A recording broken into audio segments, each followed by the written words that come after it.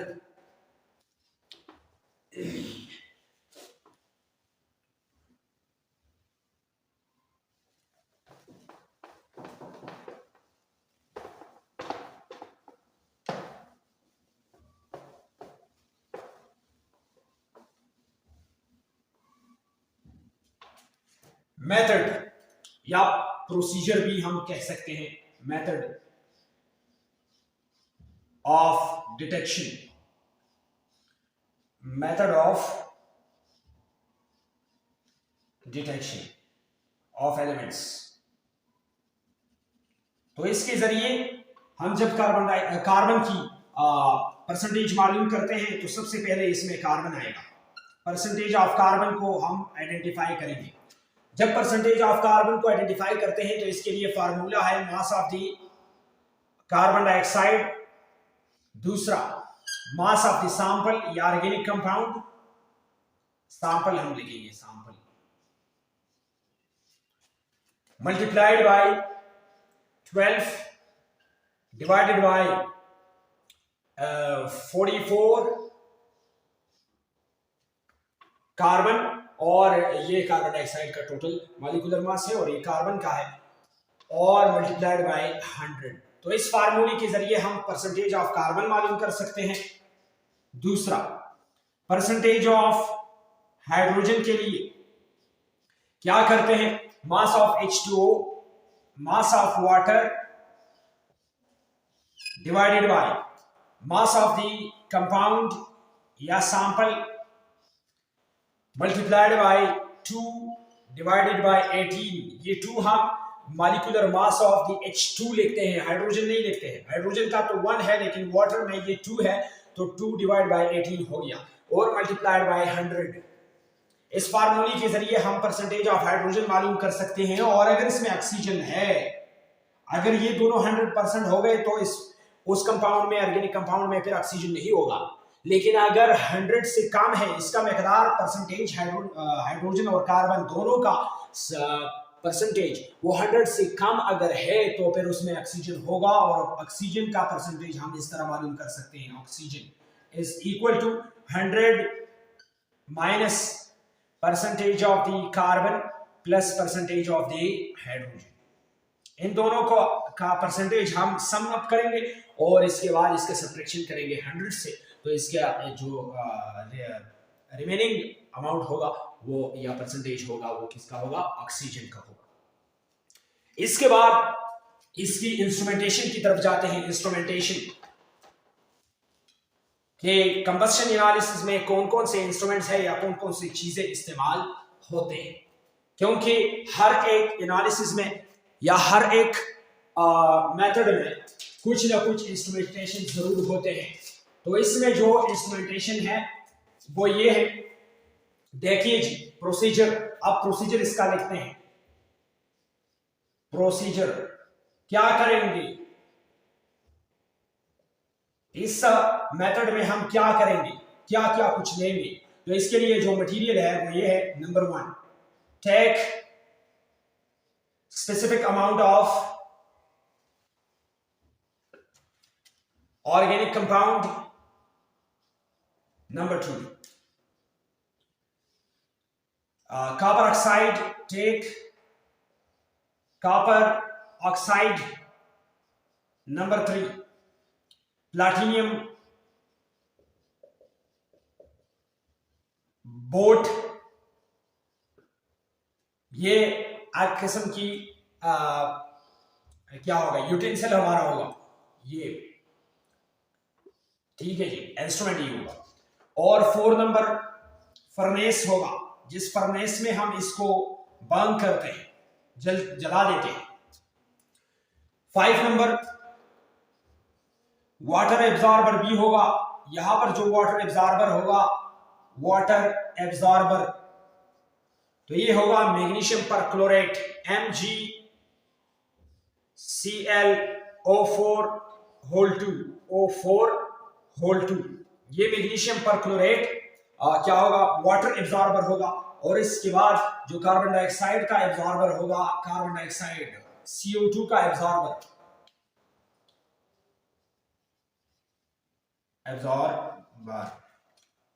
वो होगा KOH, potassium hydroxide. इस वाटर के एब्जॉर्बेंस के लिए हम मैग्नीशियम परक्लोरेट इस्तेमाल करेंगे और कार्बन डाइऑक्साइड के एब्जॉर्बेंस के लिए हम पोटेशियम हाइड्रोक्साइड को ही इस्तेमाल करेंगे। अब ये प्रोसीजर हम कौन से कंडीशंस में करेंगे, तो इसके लिए नंबर 1 कंडीशंस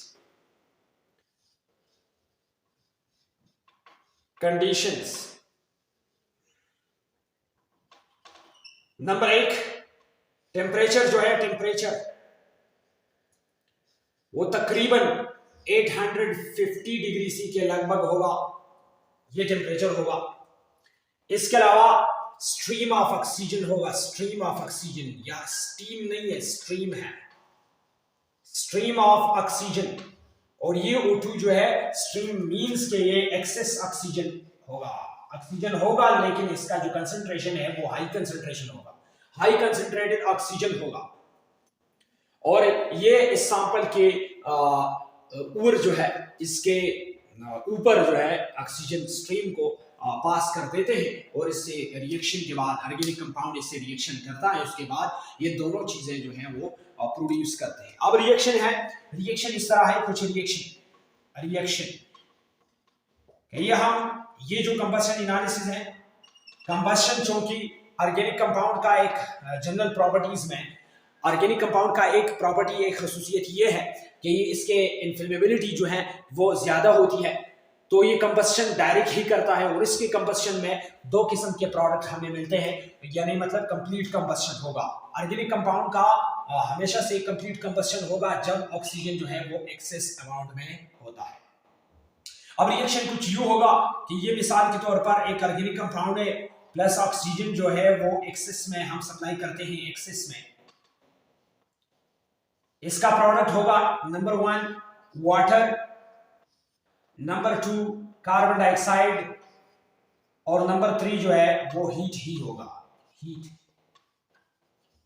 हीट को हम मेजर नहीं कर सकते हैं, लेकिन यहां पर इस कंबशन एनालिसिस हम ऑर्गेनिक कंपाउंड की आइडेंटिफिकेशन के लिए करते हैं कि कौन सा ऑर्गेनिक कंपाउंड है ये। इसी वजह से हीट से हमारा कोई ताल्लुक नहीं है यहाँ कि हीट कितना रिलीज हो गया या कितना रिलीज नहीं हुआ, रिलीज हुआ या नहीं, इससे हमारा कोई ताल्लुक नहीं होगा। कंबशन एनालिसिस में हमारा अगर ताल्लुक है तो वाटर से होगा और कार्बन डाइऑक्साइड से होगा कि वाटर जो है वो प्रोड्यूस कर गया या नहीं, और कार्बन डाइऑक्साइड जो है वो कितने प्रोड्यूस हुआ या नहीं।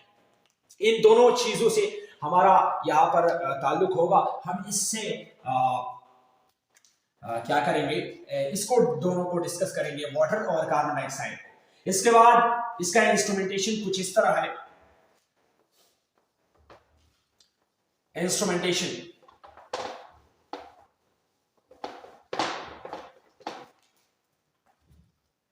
ये मेरे पास हो गया, ये फर्नेस है,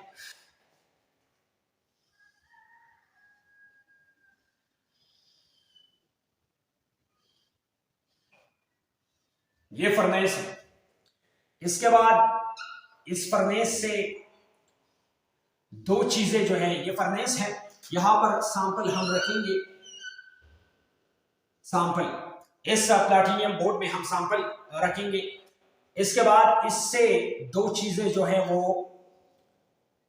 फर्नेस से 2 चीजें इस पोर्शन में आएंगे, 2 चीजें, ठीक है जी। यहां से 2 चीजें पास होंगे, लेकिन यहां पर एक जो प्रोडक्ट है वो यहां पर एब्जॉर्ब होगा और एक प्रोडक्ट जो है वो यहां पर एब्जॉर्ब होगा।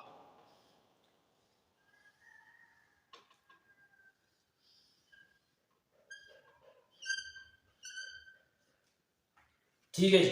अब इस किस्म की इंस्ट्रूमेंटेशन इसकी होती है, ये एक बॉल लगा होता है। सबसे पहले ये जो है ये इनलेट है, इनलेट, ये किस चीज का इनलेट है, ऑक्सीजन का। ऑक्सीजन गैस यहां से जो है वो इंटर होता है, पास होता है। ये फर्नेस है, फर्नेस, और ये जो है ये प्लैटिनियम बोट है, प्लैटिनियम पीटी बोट, और ये इस्तेमाल होता है सैंपलिंग के लिए। सैंपल हम इसमें रखते हैं, ये हो गया हमारा सैंपल। इसके बाद ये एक वॉल लगा होता है, ये सिर्फ इसलिए मतलब एक एग्जॉस्ट किस्म की चीज है, ये यहाँ पर लगा हुआ होता है, और ये सिर्फ इसलिए है कि जो वाटर है वो वापस ना आ जाए। ठीक है जी, यहाँ पर वाटर जो है वो वाटर एब्जॉर्बर होगा, ये वाटर एब्जॉर्बर है, H2O एब्जॉर्बर, एब्जॉर्बर, और इसमें होगा वाटर ही आएंगे, और वाटर को कौन एब्जॉर्ब करेगा? मैग्नीशियम परक्लोरेट, MgClO4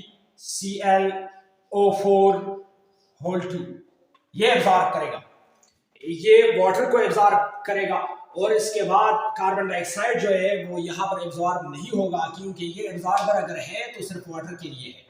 इसके बाद कार्बन डाइऑक्साइड सीधा जाएगा इस चेंबर में आएगा, और यहाँ पर अगर कार्बन डाइऑक्साइड, ये वाटर कार्बन डाइऑक्साइड चेंबर है, CO2 एब्जॉर्ब, यहाँ पर पोटाशियम हाइड्रोक्साइड का सॉल्यूशन होता है, और पोटाशियम हाइड्रोक्साइड सॉल्यूशन का काम यहाँ होता है कार्बन डाइऑक्साइड एब्जॉर्ब करता है, और अगर इसमें एक्सेस ऑक्सीजन आता है तो ये एक्सेस ऑक्सीजन यहाँ से बाहर जाता है। ये प्रोसेस जो है ये कंप्लीट होता है, ये रिसाइकल भी हो जाता है। ये रिसाइकलिंग के लिए वहां पर जो है वे आउटलेट, ये आउटलेट हो गया, वो ऑक्सीजन का इनलेट है और ये ऑक्सीजन का आउटलेट है। ठीक है जी, अब ये प्रोसेस है, और इस प्रोसेस के जरिए जो फर्स्ट चैम्बर है हमारा, यहाँ जो है ये एक फर्नेस है, और इस फर्नेस में हम सैंपल को रखते हैं। ठीक है जी, किस चीज के लिए? सैंपलिंग के लिए रखते हैं। यह फर्नेस इसको हीट सप्लाई करता है, और हीटिंग के बाद क्या होता है, ऑक्सीजन से ये रिएक्शन करता है। रिएक्शन के रिजल्ट में ये दो किस्म के प्रोडक्ट देते हैं। एक हमारे पास वाटर होता है, ये वाटर देते हैं, और वाटर के साथ साथ ये वाटर देता है, वाटर के साथ साथ ये कार्बन डाइऑक्साइड देगा। लेकिन इन दोनों के लिए चाहिए कि कोई एब्जॉर्बर हो, ताकि हम इसका अमाउंट जो है वो कैलकुलेट कर सकें। इससे हमें क्या होगा, इससे हमें हाइड्रोजन और ऑक्सीजन का, और यहाँ पर कार्बन डाइऑक्साइड से हम कार्बन की क्वांटिटी को मालूम करते हैं, और जो H2O एब्जॉर्बर है यहाँ पर हम हाइड्रोजन का क्वांटिटी जो है वो मालूम कर सकते हैं, और यहाँ पर कार्बन का जो क्वांटिटी है वो मालूम कर सकते हैं। और मैंने आपको बता दिया अगर कंपाउंड में ऑक्सीजन है तो फिर उसके लिए अलग फार्मूला है, इन दोनों के सम को हम माइनस करते हैं 100 से, तो इसका जो बकाया अमाउंट होता है, कंसंट्रेशन होता है या क्वांटिटी होता है, वो ऑक्सीजन का ही होता है। इस मेथड के जरिए हम क्या करते हैं, हम ये एनालिसिस करते हैं कि कंपाउंड कौन सा कंपाउंड है। यहां पर जो हम ऑर्गेनिक कंपाउंड लेते हैं, यहां पर इस ऑर्गेनिक कंपाउंड में हमें ये पता नहीं चलता है कि इसमें कार्बन कितने हैं। मिसाल के तौर पर मैंने एक फार्मूला लिया, कार्बन है, रेशो हाइड्रोजन है और रेशो ऑक्सीजन है, लेकिन उस ऑर्गेनिक कंपाउंड में कार्बन कितने हैं, हाइड्रोजन कितने हैं, ऑक्सीजन कितने हैं, तो इसका जो कंसंट्रेशन है, हमें इसका क्वालिटी हमें जरूर पता होगा, क्वालिटी भी मालूम कर सकते हैं। अगर ये दोनों वाटर प्रोड्यूस नहीं हुए या प्रोडक्ट में कार्बन डाइऑक्साइड और वाटर नहीं है, तो खुद बहुत इससे पता चल जाएगा कि ये ऑर्गेनिक कंपाउंड नहीं है, या इसमें कार्बन और हाइड्रोजन नहीं है। लेकिन अगर ये दोनों प्रोड्यूस हो गए, तब हम इसके बाद क्वांटिटी एनालिसिस करेंगे कि इस फार्मूले में या इस ऑर्गेनिक कंपाउंड में कार्बन कितने हैं, हाइड्रोजन कितने हैं और ऑक्सीजन कितने हैं। तो इसके लिए हम यूज करते हैं क्लासिकल मेथड्स में से कंबस्शन एनालिसिस यूज करते हैं। तो ठीक है जी, आज का ये हमारा आज का टॉपिक था। वीडियो जरूर देखना है आपने, और बिल्कुल सीरियसली ही देखना है। अगर जहाँ पर भी मसला हो तो आप मुझे डिस्क्रिप्शन बॉक्स में लिख सकते हैं या कमेंट कर सकते हैं कि यहाँ पर हमारे को मसला आता है, मैं दोबारा डिस्कस ज़रूर करूँगा आने वाले लेक्चर में। जब भी मैं कमेंट्स देखता हूँ तो कमेंट्स में कुछ नहीं होता है, लेकिन अगर आपको कुछ मसला हो तो डिस्क्रिप्शन में आप लिख सकते हैं और साथ साथ कमेंट्स भी कर सकते हैं, तो मैं कमेंट्स देखता हूँ। अगर कमेंट्स में मुझे इस किस्म का प्रॉब्लम नज़र आया तो फिर मैं दोबारा उस पॉइंट को डिस्कस करूँगा। बहुत शुक्रिया आप लोगों का और best of luck till the next lecture. Thank you.